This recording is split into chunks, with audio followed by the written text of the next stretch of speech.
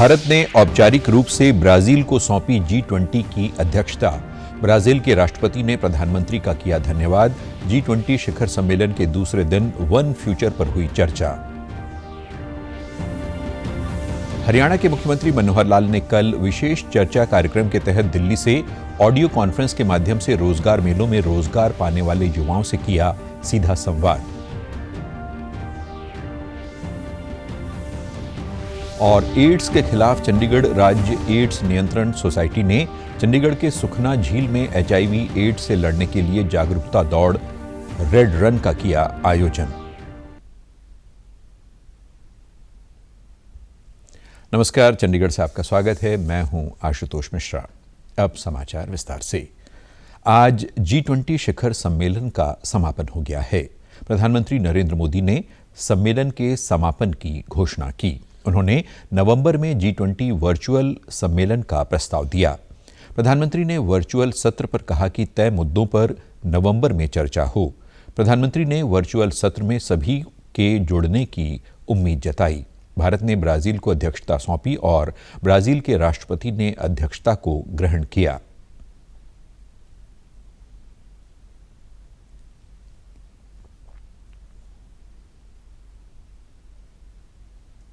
जैसा आप सब जानते हैं, भारत के पास नवंबर तक G20 प्रेसिडेंसी की भी जिम्मेदारी है। अभी 2.5 महीने बाकी हैं।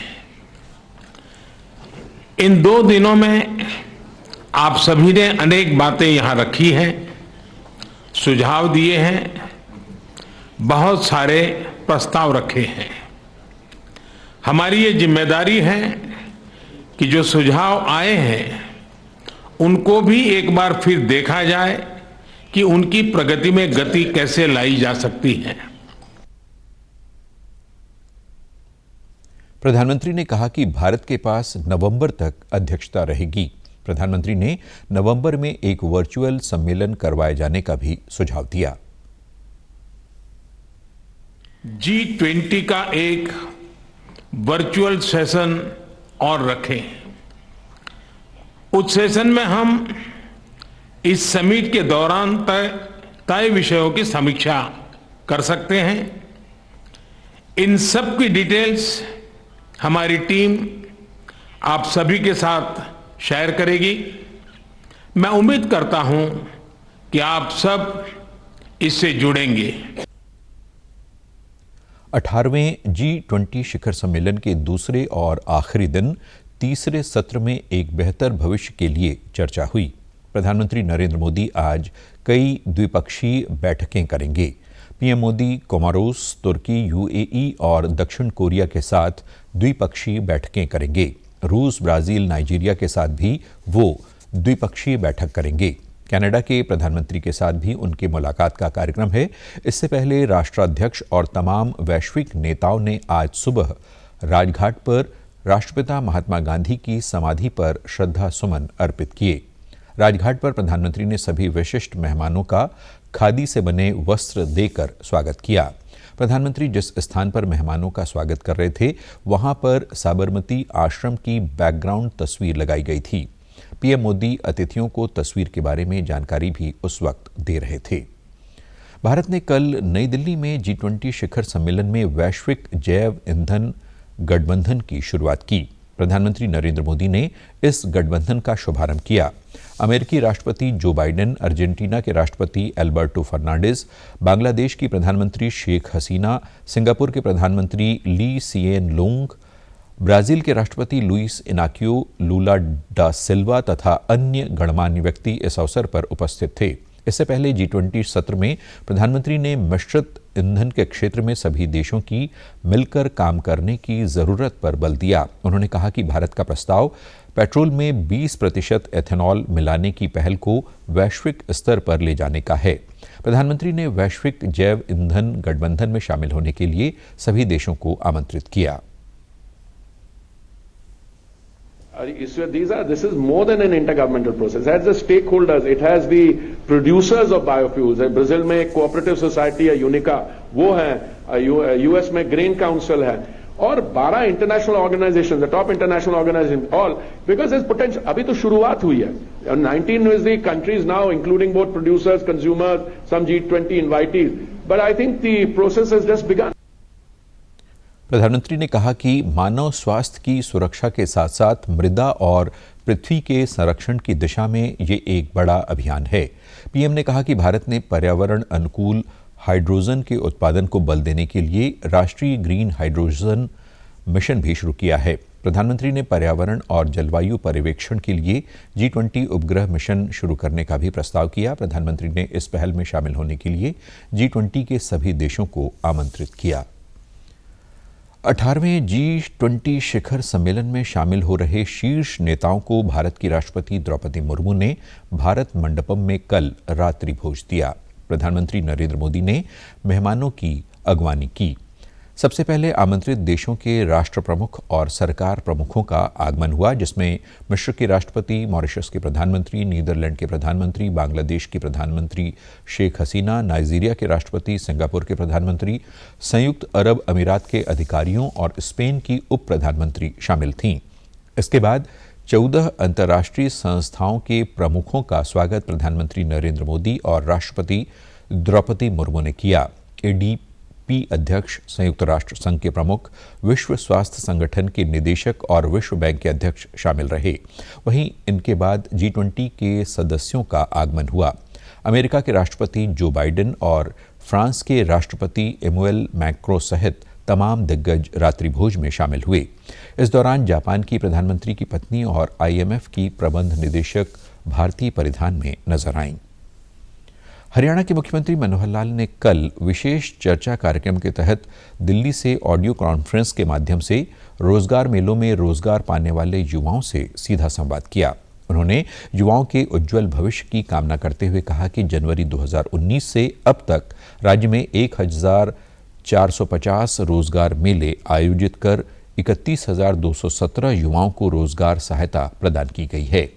इसके अलावा इन मेलों में पूर्ण पारदर्शिता के आधार पर रोजगार के लिए नियुक्ति पत्र भी सौंपे गए हैं. मुख्यमंत्री ने कहा कि स्वावलंबन एवं स्वाभिमान युवाओं के उत्थान व कल्याण के 2 महत्वपूर्ण आधार स्तंभ हैं.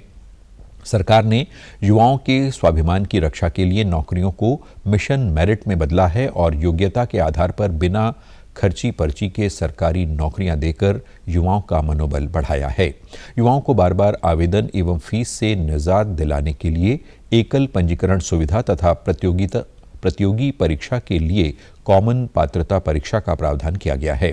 उन्होंने कहा कि मुख्यमंत्री अंत्योदय परिवार उत्थान योजना के तहत 1 लाख रुपए से कम वार्षिक आय वाले परिवारों के युवाओं को योग्यता के आधार पर हरियाणा कौशल रोजगार निगम के माध्यम से रोजगार सुनिश्चित किया गया है.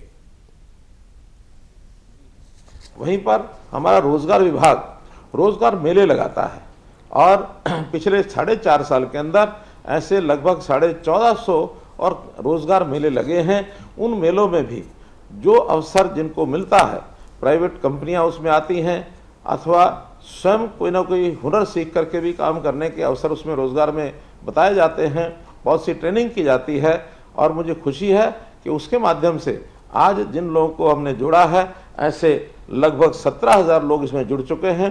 कुल 31,000 लोगों को इन रोजगार मेलों में और ये काम मिला है. मुख्यमंत्री ने कहा कि वर्ष 2023-24 में 2 लाख बेरोजगार युवाओं को राष्ट्रीय कौशल योग्यता के लिए कौशल प्रशिक्षण प्रदान करने का लक्ष्य है. इसके लिए हरियाणा कौशल विकास मिशन के माध्यम से विशिष्ट प्रशिक्षण और पाठ्यक्रम चलाए जा रहे हैं. युवाओं को आधुनिक रोजगार परक विषयों का प्रशिक्षण व शिक्षण उपलब्ध करवाने के लिए श्री विश्वकर्मा कौशल विकास विश्वविद्यालय की स्थापना भी की गई है. कौशल विश्वविद्यालय, वहाँ भी लगभग 15 से 20,000 लोगों को हर वर्ष ट्रेनिंग दी जाएगी ताकि उनको नौकरी मिले. इसके साथ साथ प्राइवेट उद्योग, बड़ी मात्रा में उद्योगों के अंदर भी लोगों को जो नौकरी मिलती है, जो अपने आप जाकर के प्राप्त करते हैं. अगर मैं पिछले 10 साल या 9 साल का आपको जानकारी दूं तो हमारे यहाँ 19 लाख लोग ऐसे हैं जो प्राइवेट उद्योग में जिनको अवसर मिला है. मुख्यमंत्री ने कहा कि विदेशों में रोजगार तलाश करने वाले युवाओं के लिए शिक्षा व रोजगार के अवसर सुलभ करवाने हेतु विदेश सहयोग विभाग बनाया गया है। एड्स के खिलाफ चंडीगढ़ राज्य एड्स नियंत्रण सोसाइटी ने आज चंडीगढ़ के सुखना झील में HIV एड्स से लड़ने के लिए जागरूकता दौड़ रेड रन का आयोजन किया। चंडीगढ़ प्रशासक के सलाहकार डॉक्टर धर्मपाल ने इस रेड रन को हरी झंडी दिखाई। 5 किलोमीटर की दौड़ में चंडीगढ़ के 20 कॉलेजों से लगभग 250 छात्रों ने भाग लिया। यूटी के प्रशासक के सलाहकार ने भी प्रतिभागियों के साथ 5 किलोमीटर की दौड़ पूरी की और प्रतिभागियों को स्वस्थ और फिट रहने के लिए रोजाना दौड़ने के लिए प्रेरित किया।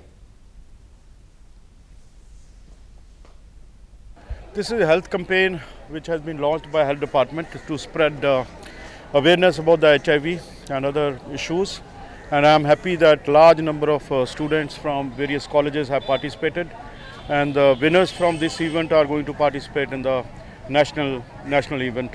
So it was great running with them, and I think it means, it will lead to fit India, healthy India, wealthy India and prosperous. मैं तो यही कहूँगा कि आप जीतना हमेशा कोई ज़रूरी नहीं होता है. Participation is the main thing. So that will promote good health in you. Just participate whenever you can and regularly if you can. Chandigarh प्रशासन के स्वास्थ्य सचिव अजय चगती ने युवाओं को HIV एड्स जागरूकता के लिए आगे आने के लिए प्रेरित करने के लिए चंडीगढ़ राज्य एड्स नियंत्रण सोसाइटी द्वारा किए गए प्रयासों की सराहना की।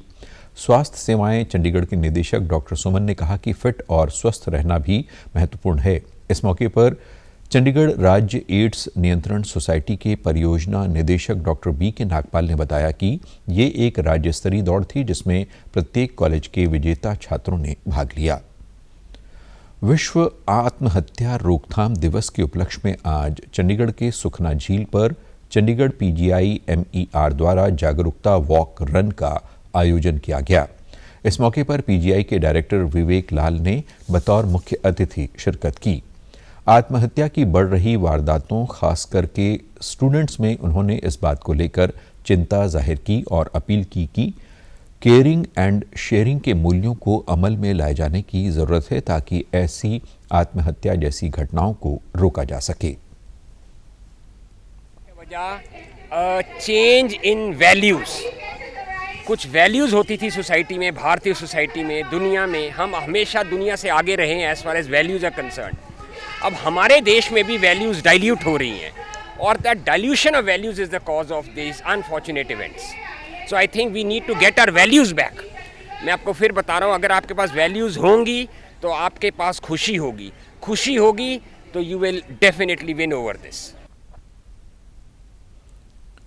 पंजाब पुलिस में नए भर्ती हुए 560 सब इंस्पेक्टरों को नियुक्ति पत्र सौंपने के बाद जालंधर में एक सभा को संबोधित करते हुए मुख्यमंत्री ने नए भर्ती हुए सब इंस्पेक्टरों को कहा कि वो अपने पद का प्रयोग लोगों के कल्याण और सेवा के लिए करें, न कि उनको परेशान करने के लिए।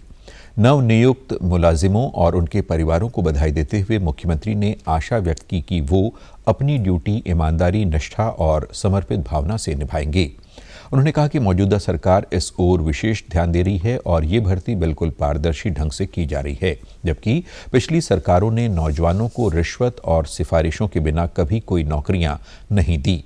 भगवंत मान ने कहा कि उनकी सरकार ने ये यकीनी बनाया है कि विद्यार्थियों का चयन उनकी योग्यता और कुशलता के अनुसार पूरी तरह से मेरिट के आधार पर किया जाए। उन्होंने कहा कि इन 560 पदों पर चुने गए नौजवानों में 95% नौजवान पंजाब के हैं और बाकी भी राज्य में ही रह रहे हैं।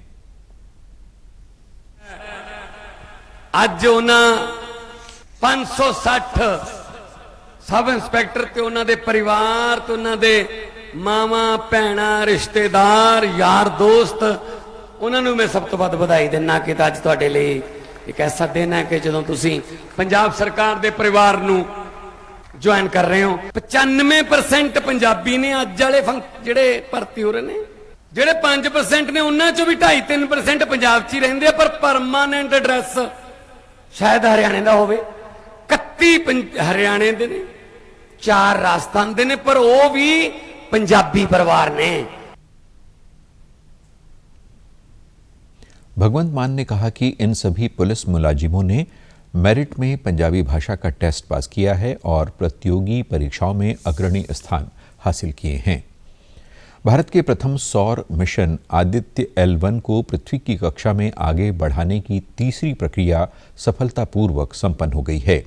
भारतीय अंतरिक्ष अनुसंधान संगठन इसरो ने कहा कि बेंगलुरु में ISTRAC से ये प्रक्रिया संचालित की गई। मॉरिशस, बेंगलुरु, SDSC, SHA और पोर्ट ब्लेयर में इसरो के केंद्रों से ये प्रक्रिया 15 सितंबर की रात लगभग 2 बजे होगी। इससे पहले 5 सितंबर को मिशन की कक्षा बदलने की दूसरी प्रक्रिया संपन्न की गई और उसे 282 गुण 40,225 किलोमीटर की कक्षा में स्थापित किया गया था। और आप हमारे समाचार YouTube channel DD news Chandigarh, Facebook DD news Chandigarh और Twitter handle DD news CHD पर भी देख सकते हैं। इसी के साथ चंडीगढ़ से समाचारों का सिलसिला समाप्त होता है। नमस्कार।